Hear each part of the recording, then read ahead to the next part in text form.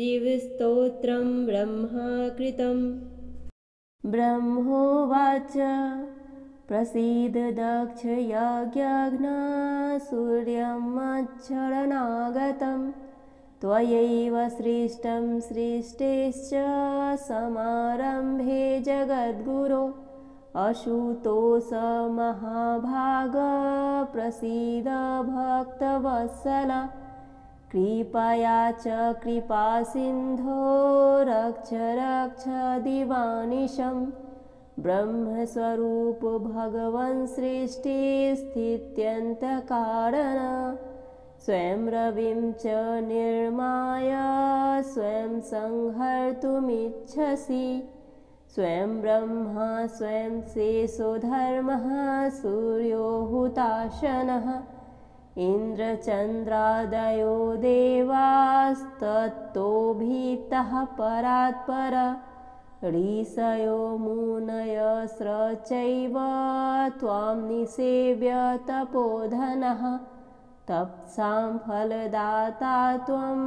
तपसत्वं तपसां फलम् इत्येव मुक्त्वा ब्रह्मा तं सूर्यमानीय भक्तितः प्रीतया समर्पयामास शङ्करे दीनवत्सले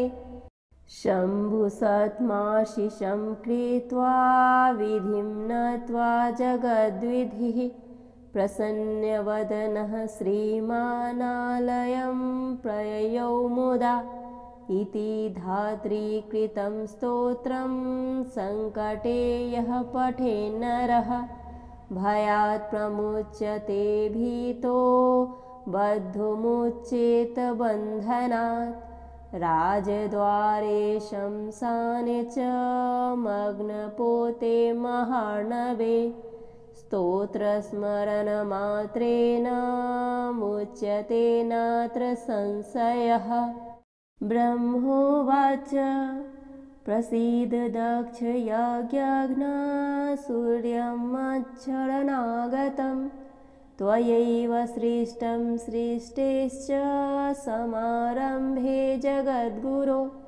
अशुतोष महाभाग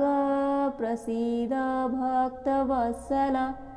कृपया च कृपासिन्धो रक्ष रक्ष दिवानिशं ब्रह्मस्वरूप भगवन् सृष्टिस्थित्यन्तकारण स्वयं रविं च निर्माय स्वयं संहर्तुमिच्छसि स्वयं ब्रह्मा स्वयं शेषो धर्मः सूर्यो हुताशनः इन्द्रचन्द्रादयो देवास्तत्तोभितः परात्पर ऋषयो मुनयस्रचैव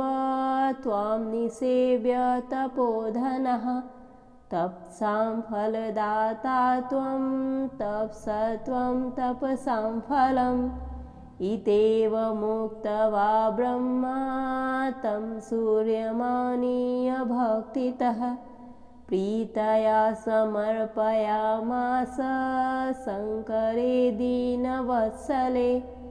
शम्भुसत्माशिषं कृत्वा विधिं नत्वा जगद्विधिः प्रसन्नवदनः श्रीमानालयं प्रययौ मुदा इति धात्रीकृतं स्तोत्रं सङ्कटे यः पठेन्नरः भयात् प्रमुच्यते भीतो बद्धुमुच्येत बन्धनात् राजद्वारे शंसाने च मग्नपोते महार्णवे स्तोत्रस्मरणमात्रेण मुच्यते नात्र संशयः ब्रह्मोवाच प्रसीद दक्ष यज्ञघ्ना सूर्यमच्छरणागतं त्वयैव सृष्टं सृष्टेश्च समारम्भे जगद्गुरो अशुतोष महाभाग प्रसीद भक्तवत्सल कृपया च कृपासिन्धो रक्ष रक्ष दिवानिशं ब्रह्मस्वरूप भगवन् सृष्टिस्थित्यन्तकारण स्वयं रविं च निर्माय स्वयं संहर्तुमिच्छसि स्वयं ब्रह्मा स्वयं शेषो धर्मः सूर्यो हुताशनः इन्द्रचन्द्रादयो देवास्तत्तोभितः परात्पर ऋषयो मुनयस्रचैव त्वां निसेव्य तपोधनः तप्सां फलदाता त्वं तपसत्वं तपसां फलम् इत्येव मुक्त्वा ब्रह्मा तं सूर्यमानीय भक्तितः प्रीतया समर्पयामास शङ्करे दीनवत्सले शम्भुसत्माशिषं कृत्वा विधिं नत्वा जगद्विधिः प्रसन्नवदनः श्रीमानालयं प्रययौ मुदा इति धात्रीकृतं स्तोत्रं सङ्कटे यः पठेन्नरः भयात् प्रमुच्यते भीतो बद्धुमुच्येत बन्धनात् राजद्वारे शंसाने च मग्नपोते महार्णवे स्तोत्रस्मरणमात्रेण मुच्यते नात्र संशयः ब्रह्मोवाच प्रसीद दक्ष यज्ञघ्ना सूर्यं मच्छरणागतं त्वयैव सृष्टं सृष्टेश्च समारम्भे जगद्गुरो अशुतोष महाभाग प्रसीद भक्तवत्सल कृपया च कृपासिन्धो रक्ष रक्ष दिवानिशं ब्रह्मस्वरूप भगवन् सृष्टिस्थित्यन्तकारण स्वयं रविं च निर्माय स्वयं संहर्तुमिच्छसि स्वयं ब्रह्मा स्वयं शेषो धर्मः सूर्यो हुताशनः इन्द्रचन्द्रादयो देवास्तत्तोभितः परात्पर ऋषयो मुनयस्रचैव त्वां निसेव्य तपोधनः तप्सां फलदाता त्वं तपसत्वं तपसां फलम् इत्येव मुक्त्वा ब्रह्मा तं सूर्यमानीय भक्तितः प्रीतया समर्पयामास शङ्करे दीनवत्सले शम्भुसत्माशिषं कृत्वा विधिं नत्वा जगद्विधिः प्रसन्नवदनः श्रीमानालयं प्रययौ मुदा इति धात्रीकृतं स्तोत्रं सङ्कटे यः पठेन्नरः भयात् प्रमुच्यते भीतो बद्धुमुच्येत बन्धनात् राजद्वारे शंसाने च मग्नपोते महार्णवे स्तोत्रस्मरणमात्रेण मुच्यते नात्र संशयः ब्रह्मोवाच प्रसीद दक्ष यज्ञघ्ना सूर्यं मच्छरणागतं त्वयैव सृष्टं सृष्टेश्च समारम्भे जगद्गुरो अशुतोष महाभाग प्रसीद भक्तवत्सल कृपया च कृपासिन्धो रक्ष रक्ष दिवानिशं ब्रह्मस्वरूप भगवन् सृष्टिस्थित्यन्तकारण स्वयं रविं च निर्माय स्वयं संहर्तुमिच्छसि स्वयं ब्रह्मा स्वयं शेषो धर्मः सूर्यो हुताशनः इन्द्रचन्द्रादयो देवास्तत्तोभितः परात्पर ऋषयो मुनयस्रचैव त्वां निसेव्य तपोधनः तपसां फलदाता त्वं तपसत्वं तपसां फलम् इत्येव मुक्त्वा ब्रह्मा तं सूर्यमानीय भक्तितः प्रीतया समर्पयामास शङ्करे दीनवत्सले। शम्भुसत्माशिषं कृत्वा विधिं नत्वा जगद्विधिः प्रसन्नवदनः श्रीमानालयं प्रययौ मुदा इति धात्रीकृतं स्तोत्रं सङ्कटे यः पठेन्नरः भयात् प्रमुच्यते भीतो बद्धुमुच्येत बन्धनात्। राजद्वारे शंसाने च मग्नपोते महार्णवे स्तोत्रस्मरणमात्रेण मुच्यते नात्र संशयः। ब्रह्मोवाच प्रसीद दक्ष यज्ञघ्ना सूर्यमच्छरणागतं त्वयैव सृष्टं सृष्टेश्च समारम्भे जगद्गुरो अशुतोष महाभाग प्रसीद भक्तवत्सल कृपया च कृपासिन्धो रक्ष रक्ष दिवानिशं ब्रह्मस्वरूप भगवन् सृष्टिस्थित्यन्तकारण स्वयं रविं च निर्माय स्वयं संहर्तुमिच्छसि स्वयं ब्रह्मा स्वयं शेषो धर्मः सूर्यो हुताशनः इन्द्रचन्द्रादयो देवास्तत्तोभितः परात्पर ऋषयो मुनयस्रश्चैव त्वां निसेव्य तपोधनः तपसां फलदाता त्वं तपसत्वं तपसां फलम् इत्येव मुक्त्वा ब्रह्मा तं सूर्यमानीय भक्तितः प्रीतया समर्पयामास शङ्करे दीनवत्सले। शम्भुसत्माशिषं कृत्वा विधिं नत्वा जगद्विधिः प्रसन्नवदनः श्रीमानालयं प्रययौ मुदा इति धात्रीकृतं स्तोत्रं सङ्कटे यः पठेन्नरः भयात् प्रमुच्यते भीतो बद्धुमुच्येत बन्धनात्। राजद्वारे शंसाने च मग्नपोते महार्णवे स्तोत्रस्मरणमात्रेण मुच्यते नात्र संशयः। ब्रह्मोवाच प्रसीद दक्ष यज्ञघ्ना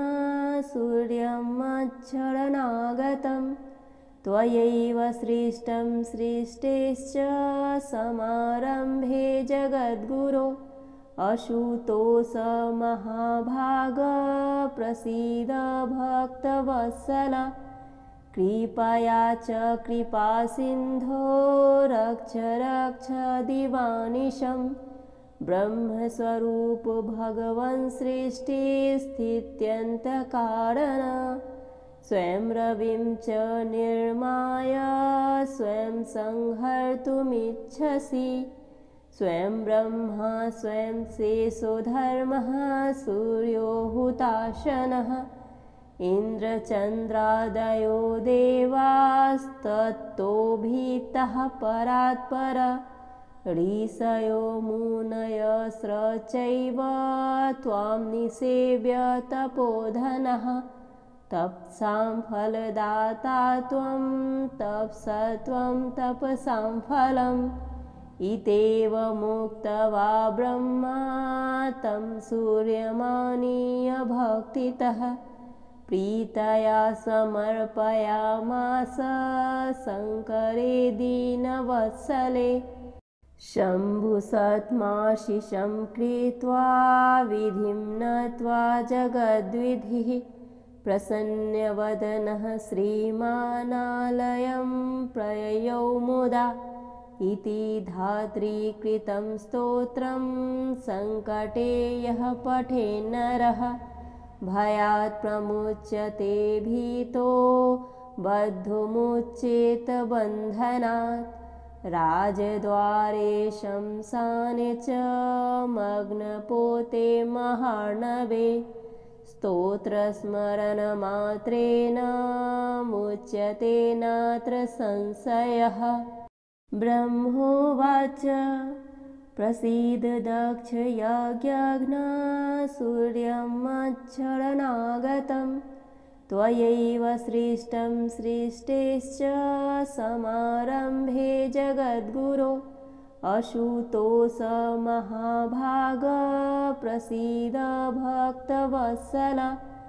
कृपया च कृपासिन्धो रक्ष रक्ष दिवानिशं ब्रह्मस्वरूप भगवन् सृष्टिस्थित्यन्तकारण स्वयं रविं च निर्माय स्वयं संहर्तुमिच्छसि स्वयं ब्रह्मा स्वयं शेषो धर्मः सूर्यो हुताशनः इन्द्रचन्द्रादयो देवास्तत्तोभितः परात्पर ऋषयो मुनयस्रचैव त्वां निसेव्य तपोधनः तप्सां फलदाता त्वं तपसत्वं तपसां फलम् इत्येव मुक्त्वा ब्रह्मा